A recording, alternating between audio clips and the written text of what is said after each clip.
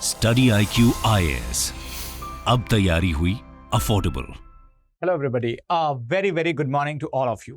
Welcome to Study IQ and my name is Abhishek Singh. So दोस्तों, आज के इस लेक्चर में मैं आप लोगों के लिए कुछ बहुत ही स्पेशल शुरू करने जा रहा हूं। जैसा कि आप देख सकते हैं स्क्रीन पर, Study IQ Publications is bringing for you the modern history. In fact हम लोग आपके लिए एक वन स्टॉप सॉल्यूशन लेकर के आ रहे हैं मॉडर्न हिस्ट्री का। इसमें मैं आपके लिए मॉडर्न हिस्ट्री के चैप्टर वाइज लेक्चर्स जो है वो कवर करने जा रहा हूं। मॉडर्न हिस्ट्री की अगर बात की जाए, so why it is considered as one of the most crucial subjects as far as the examination of UPSC is concern.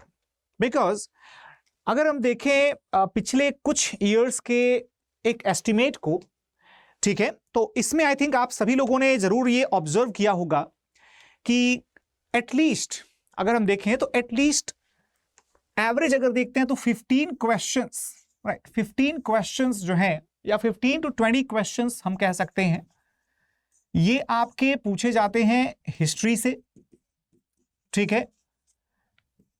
Accept अगर 2023 का जो पेपर हुआ है, राइट, दिस 2023 क्वेश्चन पेपर, अगर हम इसको एक एक्सेप्शन मान लें, because this paper was exceptional, no doubt at all, इसको अगर एक्सेप्शन मान लें तो we can say that at least 2015 से लेकर के और 2022 तक, right, we have observed that at least 15 to 20 questions they are asked from history, जिसमें से 10 to 15 questions they are from modern history, from the modern history. Okay, so modern history is a very crucial part, first thing. Second thing, अगर ये crucial part है तो इसमें कौन कौन से टॉपिक्स जो हैं वो इंपॉर्टेंट है, या इस पूरी सीरीज में आपके लिए कौन कौन से टॉपिक्स हम कवर करवाने वाले हैं। ऑलराइट, तो बेसिकली अगर आप एक थोड़ी सी नजर डालें और इसमें आप समझने की कोशिश करिएगा कि लास्ट 5 इयर्स में सबसे ज्यादा क्वेश्चंस अगर मॉडर्न हिस्ट्री में कहीं से पूछा गया है तो that topic is basically the freedom struggle, right, freedom struggle, and that is also the Gandhian phase, that is the Gandhian phase. तो इस पर्टिकुलर पार्ट से सबसे ज्यादा क्वेश्चंस आपसे पूछे गए हैं। And if we talk about the other aspects, जो और इंपॉर्टेंट टॉपिक्स हैं वो कौन कौन से हैं, जैसे कि डिक्लाइन ऑफ मुगल्स हो गया, that is an important topic. Decline of Mughals से आपको अगर प्रीलिम्स में ना सही तो आपको मेंस में क्वेश्चंस जरूर दिख जाते हैं, राइट, मेंस में। ओके, कुछ टॉपिक्स ऐसे होते हैं जो प्रीलिम्स के लिए इंपॉर्टेंट होते हैं, कुछ टॉपिक्स होते हैं मेंस के लिए इंपॉर्टेंट होते हैं, right.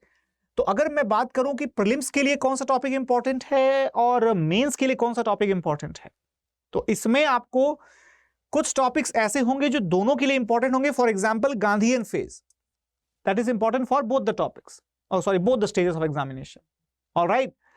But certain topics which we will be doing exclusively for the mains, like decline of the Mughals, okay, the causes behind the decline, the analysis of the decline, like a comparison, right, comparison of the moderates and extremists, right, moderates and extremists,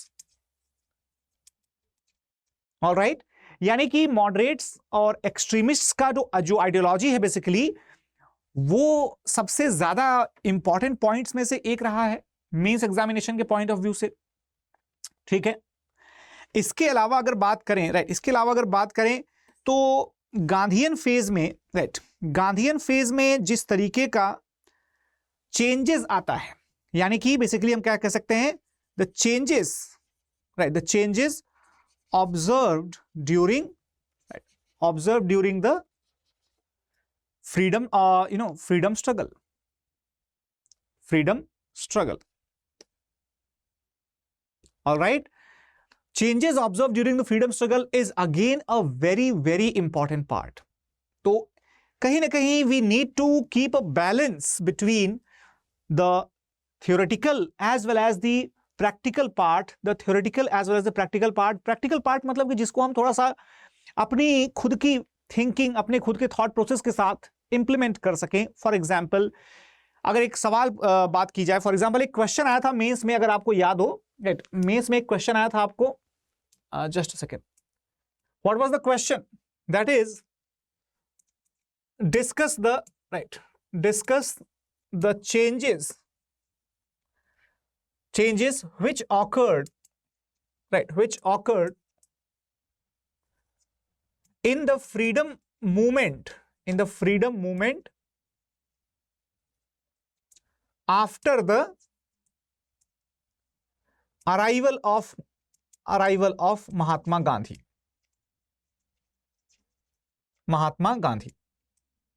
All right, तो इस तरीके के questions जो हैं अगर आपसे पूछे गए हैं, इसका मतलब यह है कि आपको अपना एक खुद का थॉट प्रोसेस, एक खुद की जो एनालिसिस है, इंफॉर्मेशन आपको किताब से मिल जाएगी, एनालिसिस आपको क्लास से मिल जाएगी, और आप इस तरीके के क्वेश्चंस को इजीली सॉल्व कर सकते हैं. प्रीलिम्स में भी जिस तरीके का पैटर्न अभी आप देख रहे हैं, right, you must have observed the latest pattern in the prelims examination, जिसके अकॉर्डिंग अगर आपने ध्यान दिया हो तो बेसिकली आपको एक चीज तो क्लियर हो गई होगी कि प्रीलिम्स में, right, they are asking such questions जहां पर आपको each and every option, okay, each and every option that needs to be very much clear, ठीक है. तो अब ये एलिमिनेशन वाला मेथड तो खैर काम नहीं कर रहा है, okay, even though this years paper was very much exceptional paper, difficult बोल सकते हैं आप उसे, लेकिन हिस्ट्री के क्वेश्चंस अगर हम देखें लास्ट ईयर से भी, या इनफैक्ट 2021 से मैं ऑब्जर्व करूं, तो एलिमिनेशन का बहुत ज्यादा स्कोप नहीं बचता है, ठीक है ना. तो इसी वजह से, राइट, इसी वजह से we have brought this particular book, जो कि आप देख सकते हैं, राइट, ये जो किताब है बेसिकली मॉडर्न इंडियन हिस्ट्री, ये एक यूनिक किताब है जो कि we have specially brought for our students, हमारे उन स्टूडेंट्स के लिए है जो कि चाहते हैं कि एक पर्टिकुलर बुक के अंदर आपको अलग अलग हिस्टोरियंस के ओपिनियन मिल जाएं, आपको प्रीलिम्स के क्वेश्चंस मिल जाएं प्रैक्टिस करने के लिए, आपको मेंस के क्वेश्चंस मिल जाएं प्रैक्टिस करने के लिए, आपको न सिर्फ फैक्चुअल इंफॉर्मेशन मिले बल्कि साथ के साथ आपको एनालिटिकल अप्रोच भी उसी बुक में मिल जाए. तो एक वन स्टॉप सॉल्यूशन के तौर पर आप इस बुक को रेफर कर सकते हैं. एंड ट्रस्ट मी, मैं आपको इस बुक से कई सारे जो है इंपॉर्टेंट टॉपिक्स मैं आपको पूरा बताऊंगा अभी, और न सिर्फ बताऊंगा बल्कि मैं आपके लिए वो सेशंस भी लूंगा. सो मेक इट श्योर कि अगर आप इस सेशन से जुड़ते हैं तो शुरू से लेकर के एंड तक आप लगातार बने रहें, so that you can have a firm grasp of the entire substance of this subject. All right, तो आइए जानते हैं कि क्या क्या इसमें कंटेंट्स हैं, बेसिकली क्या क्या टॉपिक्स हैं इस जबरदस्त बुक के अंदर, क्या क्या चीजें आपको मिलने वाली हैं और किस तरीके से चैप्टर्स को अरेंज किया गया है, राइट ना. तो ये भी बहुत सिग्निफिकेंट चीज है. Have a look. So basically table of contents is there. First chapter है आपका जिसमें डिक्लाइन ऑफ मुगल एम्पायर के बारे में हम लोग जानने वाले हैं. किसके बारे में? डिक्लाइन ऑफ मुगल एम्पायर में, यानी कि बेसिकली औरंगजेब के बाद वाला टाइम पीरियड, जिसमें कि हमने देखा कि औरंगजेब के टाइम पीरियड में ऐसी कई सारी पॉलिसीज होंगी जिन पॉलिसीज की वजह से उसका एम्पायर कोलैप्स कर जाएगा. मेंस के लिए इतना इंपॉर्टेंट टॉपिक है, मेंस के लिए इतना इंपॉर्टेंट टॉपिक है ये कि इसमें से आपको सिर्फ मुगल्स के बारे में नहीं, किसी भी डायनेस्टी के बारे में या किसी भी टाइम पीरियड के बारे में, अगर एक वेल एस्टैब्लिश्ड डायनेस्टी का डिक्लाइन समझना हो तो मुगल एम्पायर का डिक्लाइन समझने से आपके कॉन्सेप्चुअल क्लैरिटी जबरदस्त हो जाएगी. This is for sure. Alright, तो इसमें आपको लेटर मुगल्स के जितने भी रूलर्स हैं, सॉरी है ना, हिचकी आ गई थी थोड़ी सी, तो लेटर मुगल्स के जितने भी रूलर्स हैं उन सभी के टेन्योर में क्या क्या चीजें इंपॉर्टेंट होती हैं, अलग अलग हिस्टोरियंस का क्या ओपिनियन है उनके बारे में. अपार्ट फ्रॉम दैट कौन कौन सी ऐसी पॉलिसीज रही हैं अलग अलग लेटर मुगल रूलर्स के टाइम में जिन्होंने मुगल एम्पायर को फर्दर डिटेरियोरेट किया है, फर्दर डिक्लाइन करने में उनकी जो है वो एक पॉलिसीज वो रीजन बनी है। Got it. अब अगर देखें तो इसके बाद emergence of the regional states आता है एक topic, emergence of the regional states. आप सोचेंगे कि इस टॉपिक की क्या सिग्निफिकेंस है, तो let me tell you one thing. India के फ्रीडम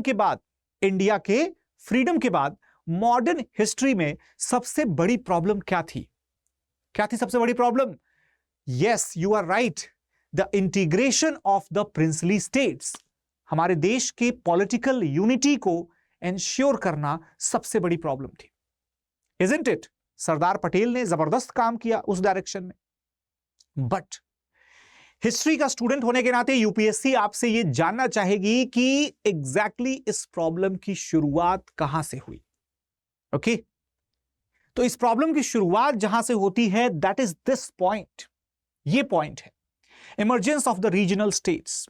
यहां से आप देख सकते हैं Hyderabad, Awadh, Bengal, Sikh states, Rohillas, Marathas, Kerala, Mysore, Rajputana states, several states were formed. And कुछ इनमें से कुछ जो हैं स्टेट्स वो ब्रिटिश रूल के अंडर में आते हैं, कुछ नहीं आते हैं। So they remained as they were in the beginning and thus they created the problem of the princely states. All right? सिर्फ प्रिंसली स्टेट्स की प्रॉब्लम के लिए नहीं, बल्कि अगर आपको इंडिया के फ्रीडम स्ट्रगल का नेचर समझना है, the first war of independence 1857, उसका कैरेक्टर समझना है, still you need to go through the emergence of the regional states. if you need to understand the dynamics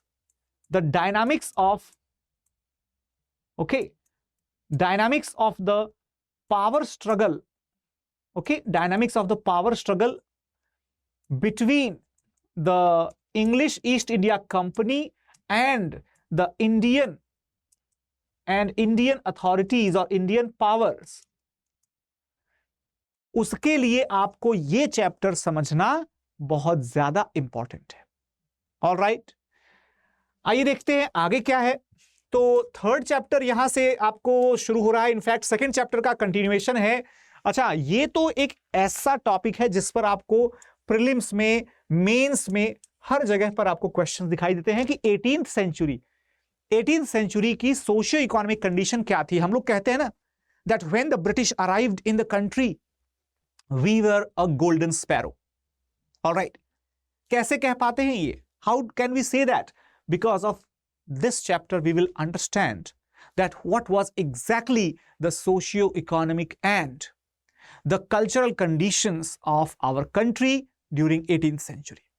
alright, तो art, culture, trade, commerce, education, agriculture, science, सब कुछ इस chapter में आपको cover करवा दिया जाएगा। Alright, if you talk about the other part, the other aspect, the first thing is that अब यहां से हम लोगों को समझना रहेगा कि यूरोपियंस का जो एडवेंट है, राइट, यूरोपियंस का एडवेंट है, उसकी क्या स्टोरी है। अब देखो क्या होता है, मॉडर्न हिस्ट्री जिसे हम कहते हैं, ये कोई एक सिंगल ईयर से तो स्टार्ट होता नहीं है। This is basically the transition from the medieval period to the modern period.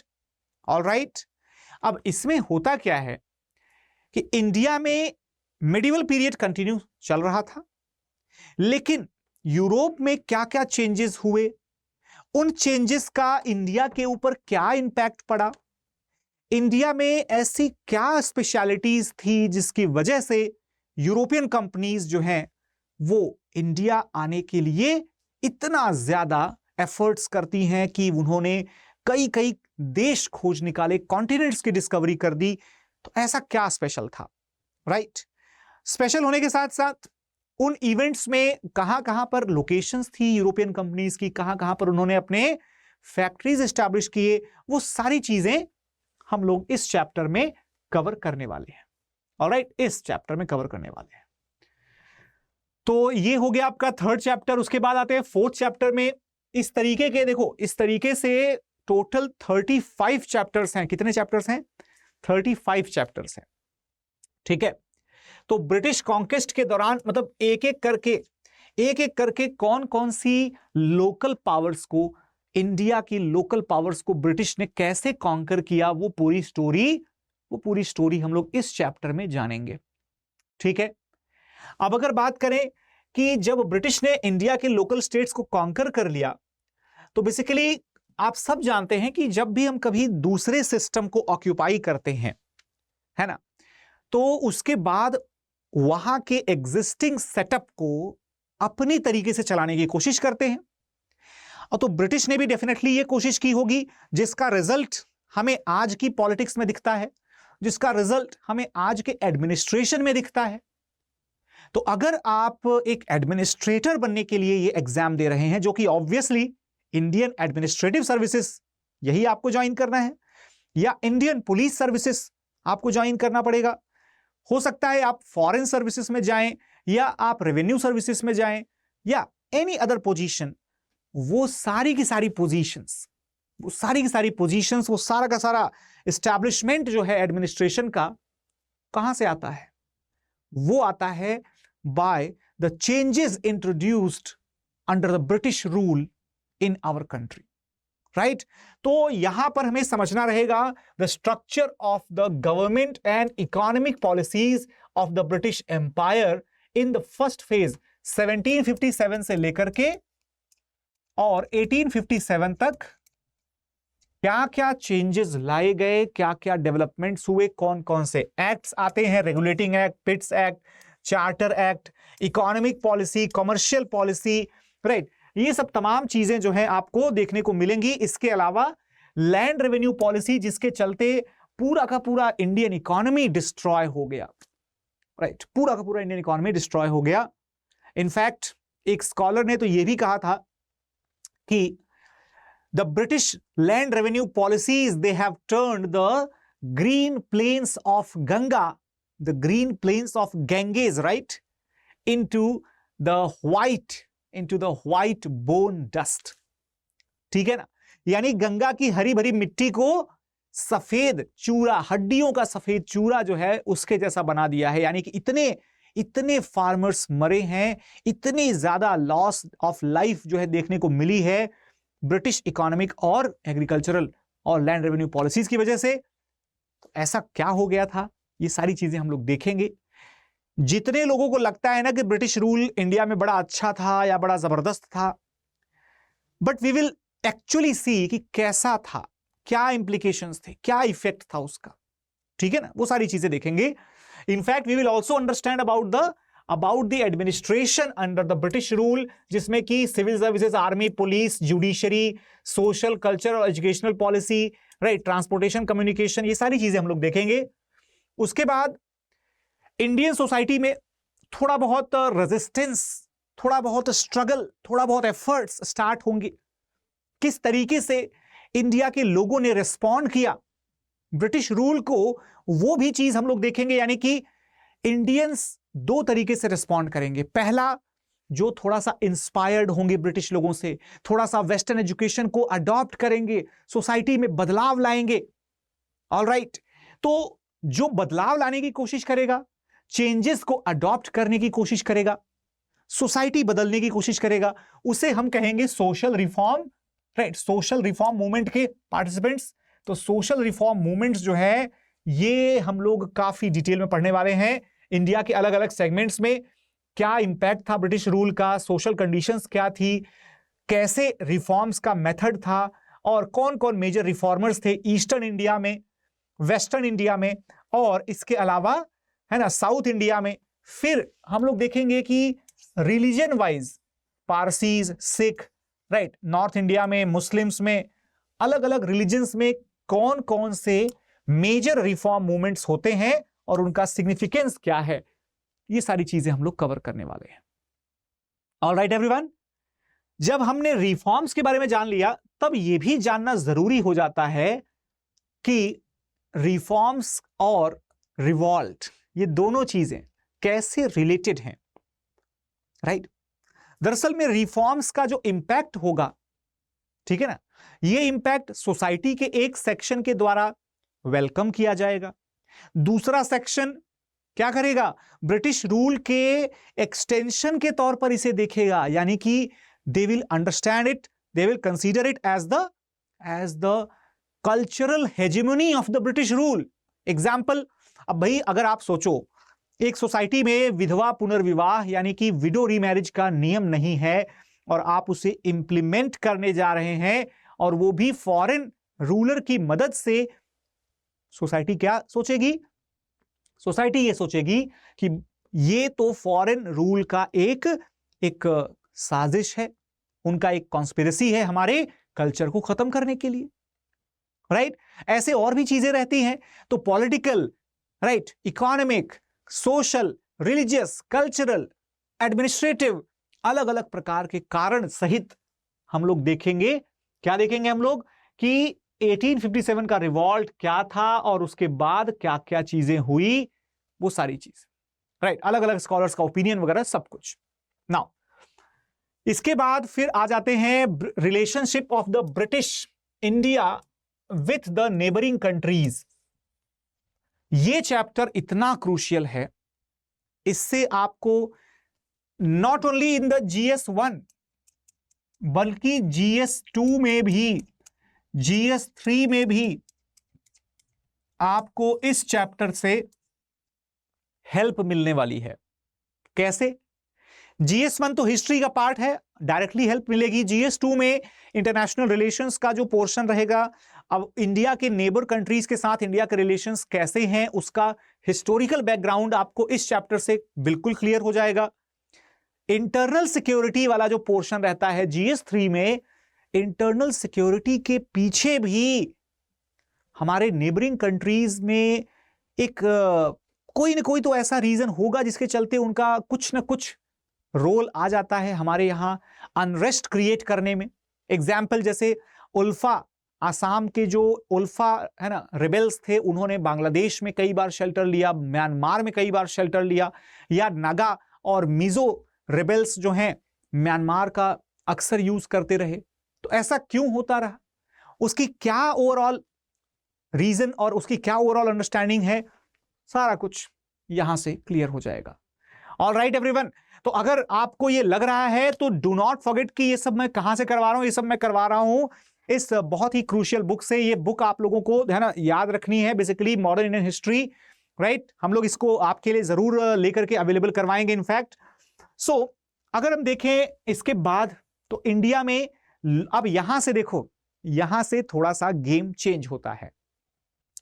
Local population अब धीरे धीरे अलर्ट हो रही है, धीरे धीरे ब्रिटिश पॉलिसीज के खिलाफ गुस्सा बढ़ रहा है, एग्रेशन बढ़ रहा है। तो यहां पर सिविल रिबेलियंस और ट्राइबल अपराइजिंग्स की शुरुआत हो जाएगी, और जिसमें कि हम लोग देख सकते हैं बेसिकली सिविल रिबेलियंस जो है, राइट, सिविल रिबेलियंस जो है उसमें क्या कैरेक्टरिस्टिक्स था और कौन कौन से इंपॉर्टेंट रिबेलियंस थे ये भी कवर करेंगे। ट्राइबल अपराइजिंग्स को डिटेल में कवर किया जाएगा, ठीक है ना, कितने तरीके के ट्राइबल रिवॉल्ट्स थे और कैसे कैसे उनको कैटेगराइज किया जा सकता है। फिर पीजेंट मूवमेंट्स, उनका इंडिया में क्या हिस्ट्री रहा है। 19th सेंचुरी का पीजेंट मूवमेंट 20th सेंचुरी के पीजेंट मूवमेंट से कैसे डिफरेंट था। इंटरनेशनल फैक्टर्स क्या थे जिसके चलते इंडिया का पीजेंट मूवमेंट एक इंटरनेशनली कनेक्टेड मूवमेंट बन गया था। ऐसे क्वेश्चंस आपको मेंस एग्जामिनेशन में देखने को मिलते हैं, and we will be covering such type of questions as well. Alright, अब अगर बात करें growth of the nationalism and foundation of the Congress, यहां से स्टार्ट हो जाता है आपका फ्रीडम स्ट्रगल का मेन पोर्शन, जहां से एक पॉलिटिकल स्ट्रगल की शुरुआत होती है। ठीक है, पॉलिटिकल स्ट्रगल की शुरुआत होगी जिसमें हम लोग देखेंगे कि ऐसे कौन कौन से फैक्टर्स हैं जिन्होंने मॉडर्न नेशनलिज्म को जन्म दिया, या मॉडर्न नेशनलिज्म बेसिकली होता क्या है। We will understand this thing as well. ठीक है, नेशनलिज्म के डेवलपमेंट में वेस्टर्न आइडियाज का क्या रोल था, इंग्लिश लैंग्वेज का, प्रेस लिटरेचर का, इंडिया की पास्ट जो है उसकी रीडिस्कवरी क्या होती है और कैसे उसने कंट्रीब्यूट किया यहां के नेशनलिज्म को फर्दर स्ट्रांग करने में।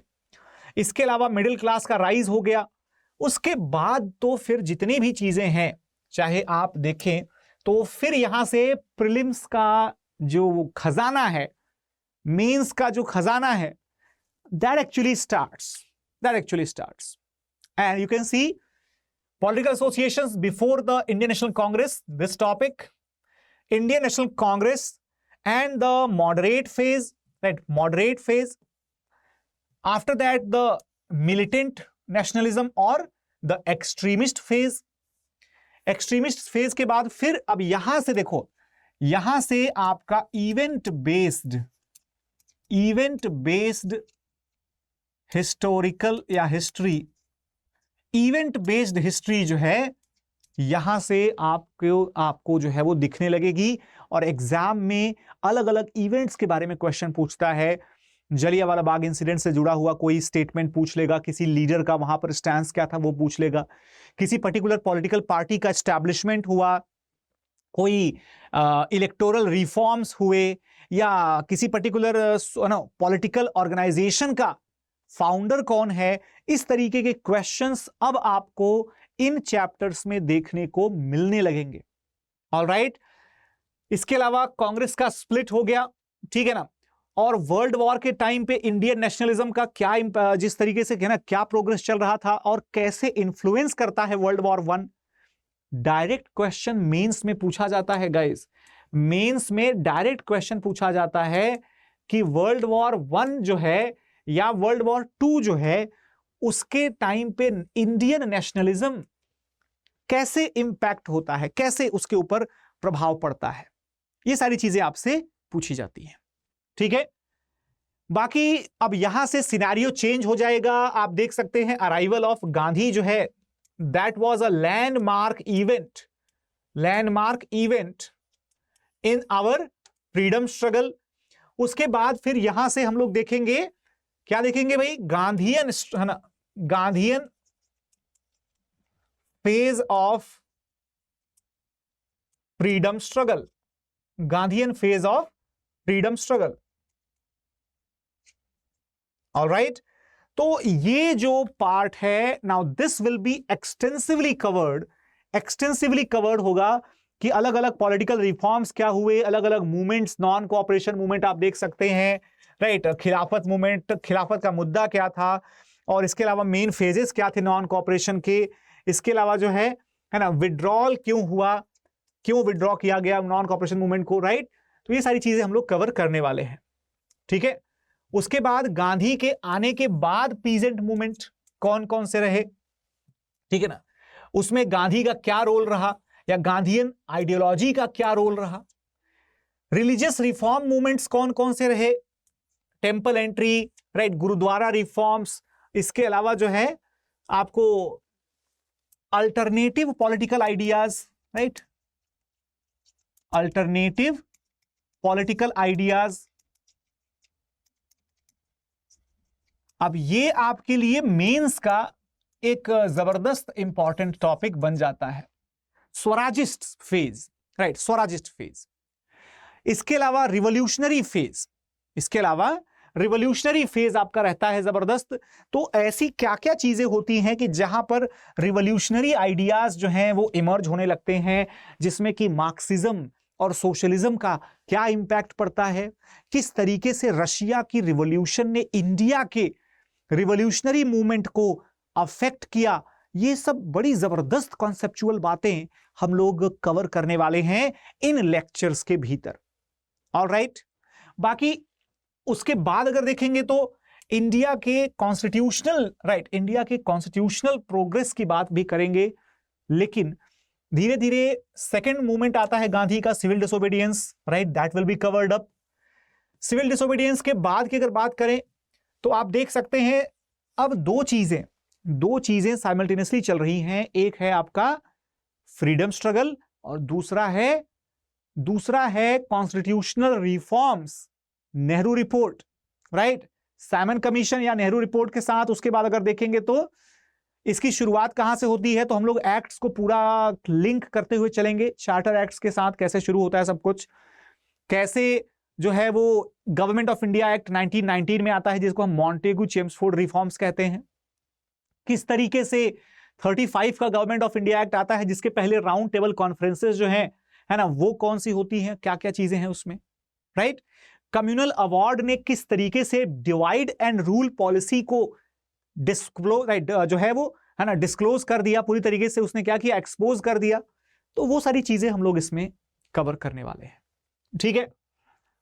उसके बाद अगर देखेंगे तो लेफ्ट विंग का राइज, यानी वही सोशलिज्म और मार्क्सिज्म का किस तरीके से राइज होता है, कैसे इंपैक्ट पड़ता है रशियन रिवॉल्यूशन का, और ग्लोबल सोशलिज्म में किस तरीके के बदलाव आते हैं जिससे इंडिया में भी ये बदलाव देखने को मिलते हैं, वो सारी चीजें हम लोग करने वाले हैं। इसके अलावा फार्मर्स का मूवमेंट क्या रहता है 30s के डेकेड में, सिविल डिसोबीडियंस मूवमेंट के बाद क्या क्या बदलाव आते हैं, और प्रिंसली स्टेट्स में किस तरीके से फ्रीडम स्ट्रगल चल रहा होता है, ये सारी चीजें भी हम लोग कवर करेंगे, ठीक है। फिर 1937 का इलेक्शन, अब देखो जरा 37 का इलेक्शन जो है बेसिकली वो एक लैंडमार्क इवेंट था, क्योंकि पहली बार इंडियन रिप्रेजेंटेटिव्स को सच में पावर पार्टिसिपेशन देखने को मिला। तो ये एक बड़ा इंपॉर्टेंट फेज रहता है। इसके अलावा वर्ल्ड वॉर 2 के टाइम पर किस तरीके से नेशनलिज्म अपने अलग रास्ते बना रहा था, नेताजी सुभाष चंद्र बोस का राइज कैसे हुआ, वो सारी चीजें जो एग्जाम के पॉइंट ऑफ व्यू से और जनरल अवेयरनेस के लिहाज से इंपॉर्टेंट है, वो सारा कुछ कवर किया जाएगा इसमें एकदम डिटेल में, ठीक है। Last phase of freedom struggle आ जाते हैं, तो इसमें क्रिप्स मिशन हो गया, क्विट इंडिया मूवमेंट हो गया। इसके अलावा पार्टीशन से रिलेटेड जो भी एक्सरसाइजेस थी, यानी कि कैसे कैसे पार्टीशन को रोकने की कोशिश की गई, all these things will be covered up in very much detail, including the details like cabinet mission, formation of the Constituent Assembly, independence and partition of India, and not just that, be very careful कि सिर्फ independence और partition पर हमारा history खत्म नहीं होता जब तक हम ये ना जान लें कि इंडिपेंडेंस के बाद जो इमीडिएट चैलेंजेस थे, जो लॉन्ग टर्म चैलेंजेस थे, उनको किस तरीके से टैकल किया गया, कौन सी पॉलिसीज रिस्पॉन्सिबल रही, और कैसे फ्रीडम फाइटर्स जो हैं जिन्होंने फ्रीडम अचीव किया इंडिया के लिए, कैसे अपनी पॉलिसी बेस्ड रिफॉर्म्स की बदौलत उन लोगों ने क्या किया, कॉन्स्टिट्यूशनल, एडमिनिस्ट्रेटिव और जुडिशियल चेंजेस जो हैं वो एंश्योर किए इंडिया में। बाकी इसके अलावा कुछ ऑक्सिलरी चैप्टर्स भी रहेंगे जिसमें कि ब्रिटिश रूल में सिविल सर्विसेज का डेवलपमेंट कैसे हुआ, जुडिशरी का डेवलपमेंट कैसे हुआ, एडमिनिस्ट्रेशन में क्या क्या बदलाव आए, पुलिस सिस्टम में क्या क्या बदलाव रहे, ठीक है ना, ये सारी चीजें हम लोग देखने वाले हैं। और गाइज एक और बड़ी बात, ये सब चैप्टर्स आपको और कहीं भी नहीं मिलते हैं, इंटीग्रेटेड तरीके से तो बिल्कुल नहीं मिलते हैं। आप ये मान के चलिए कि अगर आप ये सारी की सारी चीजें, बिकॉज आप देखो जरा इसमें police reforms, administrative reforms, educational development, right, British famine policy, education policy, working class movement, right, और मॉडर्न इंडस्ट्री का क्या डेवलपमेंट, क्या ग्रोथ हुआ, राइट, ये सारी की सारी चीजें आपको प्रीलिम्स में भी और आपके मेंस में भी काफी ज्यादा इंपॉर्टेंट टॉपिक्स के तौर पर जानी जाती है। ऑलराइट एवरीवन, तो ये जो टॉपिक्स हैं these are very very crucial topics, और उसके बावजूद भी अगर कुछ चीजें रह जाती हैं, जैसे कि वर्कर्स का मूवमेंट कैसा रहा, स्वदेशी का क्या क्या हिस्ट्री रही, कब से लेकर के स्वदेशी मूवमेंट चला और फ्रीडम के बाद भी वो किस स्टेज में गया, राइट ना। इसके अलावा इंडिया के फ्रीडम स्ट्रगल और इंडिया की मॉडर्न हिस्ट्री से जुड़े हुए कई सारे miscellaneous topics, for example major freedom fighters, governor generals, Congress sessions, right, political parties, newspapers, books and authors वगैरह, और वुमेन पर्सनालिटीज, ये सारा कुछ हम लोग कवर करने वाले हैं। Alright everyone, so I hope कि आप सभी लोगों को डिटेल्स पता चल चुकी होंगी, and you all must be very very excited to go through this wonderful book. तो गाइज इस बुक का जो सीरीज है बेसिकली मैं आप लोगों के लेकर के आ रहा हूं मॉडर्न हिस्ट्री का, और स्टडी IQ IAS के चैनल पर मैं आपसे मिलूंगा अगले सेशन में। Till then take care everybody, bye and keep preparing smartly, keep preparing well. Let's meet in the next. Till then take care guys, bye and have a great day ahead. Thank you so much. जय हिंद। Study IQ IAS, अब तैयारी हुई affordable.